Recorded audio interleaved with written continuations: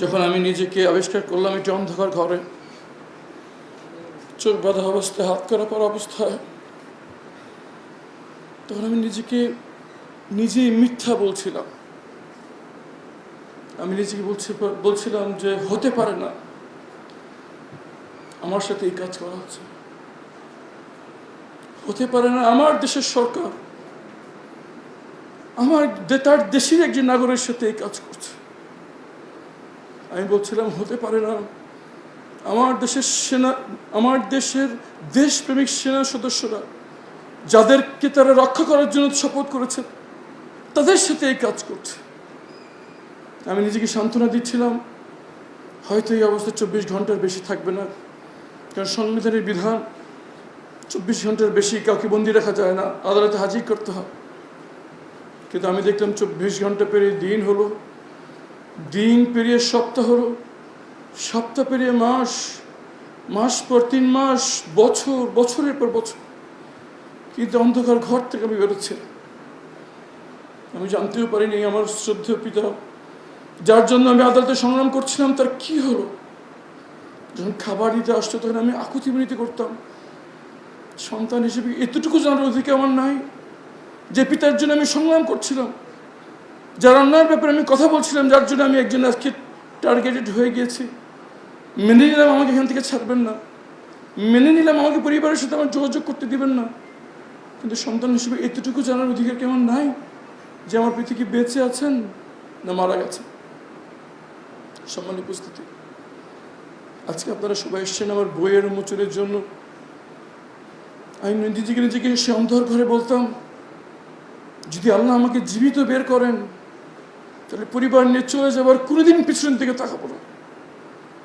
আমি সেই নির্বোধ যে দেশের বাইরে পড়াশোনা করে দেশের বাইরে থাকার সুযোগ থাকা সত্ত্বেও দেশে এসেছি মনে করেছি যে মানুষের ভাগ্য পরিবর্তন করতে পারবে। আমি সেই নির্বোধ যে আস্থা রেখেছিলাম বাংলাদেশের বিচার ব্যবস্থার উপর। আমি সেই নির্বোধ যে বিশ্বাস করতাম আমাদের এই সংবিধান আমাদের অধিকার দেওয়ার জন্য যথেষ্ট। আমি নিজেকে বলেছিলাম, যদি বের হয়ে যায়, যদি আল্লাহ বের করেন, তাহলে আর কোনোদিন পিছন ফিরে তাকাবো না। স্ত্রী সন্তান মাকে নিয়ে চলে যাবে এই দেশ থেকে, যারা আমার সাথে মানুষ তো দূরে থাক, পশুর অধিকারটুকু আমাকে দিচ্ছে না। একটি পশু পাখি জন্তু জানোয়ারকে যদি আলো বাতাস ভিন ঘরে মাসের পর মাস রাখা হয়, সে বাঁচবে না। একটা মানুষকে সে কিভাবে রাখে? যেদিন আমাকে তারা বের করছিল আমি ধরে নিয়েছি এটাই শেষ। আমার কাছে খুশি লাগছিল এই যন্ত্রণা শেষ হবে, আর থাকতে হবে না এই অন্ধকার ঘরে, আর থাকতে হবে না এই জীবন্ত কবরের ভিতরে। শেষ হয়ে আমি চলে যাবো সৃষ্টিকর্তার কাছে। সে প্রিয় মানুষদের যাদেরকে ভালোবাসতাম, দুনিয়াতে তাদের দেখা পেলাম না। আল্লাহ, তুমি কালকে আমাদের ময়দানে জান্নাতে তুমি আমাদেরকে আবার একত্রিত করো। এই দোয়া করতে করতে সূরা ইয়াসিন পড়তে পড়তে আমি বেরোচ্ছি এবং অপেক্ষায় ছিলাম এখনই একটি গুলির আওয়াজ শুনবো, সব শেষ হয়ে যাবে। কিন্তু সব শেষ হলো না। পরে জানতে পারলাম কিছু নিরাপদ বাচ্চা ছেলেমেয়ের শাহাদাতের বিনিময়ে আল্লাহ ফ্যাসিবাদকে বিতাড়িত করেছেন, আমাকে ফিরিয়ে দিয়েছেন আমার পরিবারের কাছে। আমি তখনও সেই মুহূর্তে অটল ছিলাম যে আমি থাকবো না, দেশে চলে যাব। দরকার নাই, যেখানে অধিকার নাই, যেখানে আইন নাই, যেখানে আদালত নাই, যেখানে সংবিধান নাই, থাকবো না সেই দেশে। কিন্তু যখন সুমন ভাইয়ের মেয়ের দিকে তাকাই, যখন তার হাহাকার শুনি, যখন সে প্রশ্ন করে এখন আমার বাবা কোথায়, তখন মনে করি সৃষ্টিকর্তা আমাকে নিজ হাতে জীবিত রেখেছেন। আমার দায়িত্ব কথা বলা তাদের জন্য যারা জীবিত বের হতে পারেন না। আমি যখন সুমন ভাইয়ের আর্তনাদ ছড়িয়েছি, বাবা তুমি আমার সুমনকে দেখছো, তখন বলি না, আসুক যত বিপদ, আসুক যত হুমকি, যেমন এই দেশ থেকে, এই দেশের মানুষের অধিকার আদায় করে থাকবো এই দেশে ইনশাআল্লাহ। যে কদিন জীবিত আছি এই মানুষের অধিকার আদায় সংগ্রামে নিয়োজিত থাকবো ইনশাআল্লাহ। এই দেশের মানুষ রক্ত দিয়ে আমাদেরকে দ্বিতীয় জীবন দিয়েছেন। যে কদিন বেঁচে আছি, যে কদিন আল্লাহ হায়াতে গেছেন, যেদিন কদিন কথা বলার সাহস আছে, কথা বলে যাব। আমার সঙ্গে উপদেষ্টা আমার বোন সানজিদা, তাদের সংস্থা মায়ের ডাক, যখন আমি ছিলাম না তখন আমার পরিবার জানতো না কি করবে।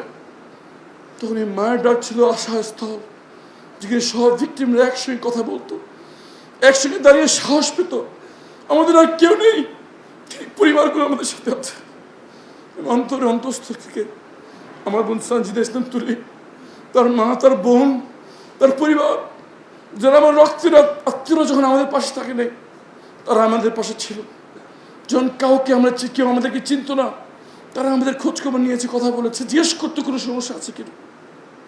আর পরিবার কৃতজ্ঞ, আমি কৃতজ্ঞ। আমি কৃতজ্ঞ ইউভেড এবং অন্যান্য ভিক্টিমদের সংগঠন। এই বিপ্লব পরবর্তী সময় আমরা মনে করেছিলাম আমাদের আর কিছু দুশ্চিন্তা থাকবে না, কিন্তু এখনো অনেক ভিক্টিম যারা বেরিয়ে এসছেন জীবন নিয়ে, স্বাভাবিক জীবনে ফিরতে পারছেন না, পড়াশোনায় ভালো চাকরি হচ্ছে না, ব্যবসা করতে পারছেন না, একটা ভালো বাসা ভাড়াও দিতে পারছেন না। কেমন করে সম্ভব এই বিপ্লবের পরও স্বাধীন বাংলাদেশে এই মানবতার জীবনযাপন? সবার মাধ্যমে আহ্বান জানাচ্ছি অন্তর্বর্তী সরকারকে, এই বোনদের জন্য কিছু করুন, এই ভাইদের জন্য কিছু করুন, এই পরিবারদের জন্য কিছু করুন। এই কয়েকটা গুতিগরি পরিবার এই মানব ইতিহাসের বর্বরতম হিংস্রতার শিকার, তাদেরকে এভাবে অসহায় ছেড়ে দেবেন না। জুলাই যোদ্ধারা আমাদের আস্থার নতুন জীবন দিয়েছেন। যখন পুলিশ বাহিনী উধাও হয়ে গেছিল, তখন বাচ্চা ছেলেমেয়েরা যাদেরকে তার পিতামাতা তাদের কাছ থেকে কিছু আশা করে না, তারা রাস্তা দিয়ে ট্রাফিক কন্ট্রোল করেছেন। এই বাচ্চা ছেলেমেয়েরা আমাদেরকে আবার স্বপ্ন দেখতে শিখিয়েছে। আমি আবার স্বপ্ন দেখি এমন বাংলাদেশের, যেখানে থাকবে না আঞ্চলিকতার বৈষম্য, যেখানে থাকবে না মতাদর্শ ধর্ম নিয়ে বৈষম্য। আমার শুধু চিনবে মানুষ, আমার শুধু চিনবে কে নাগরিক। সবাই কাঁধে কাঁধ মিলিয়ে, হাতে হাত মিলিয়ে, ভাই বোনের মতো সবাই একসাথে বসবাস করব এবং পরবর্তী বংশধরদের জন্য একটি সুখী, সমৃদ্ধশালী, ঐক্যের বাংলাদেশ রেখে যাবো ইনশাআল্লাহ।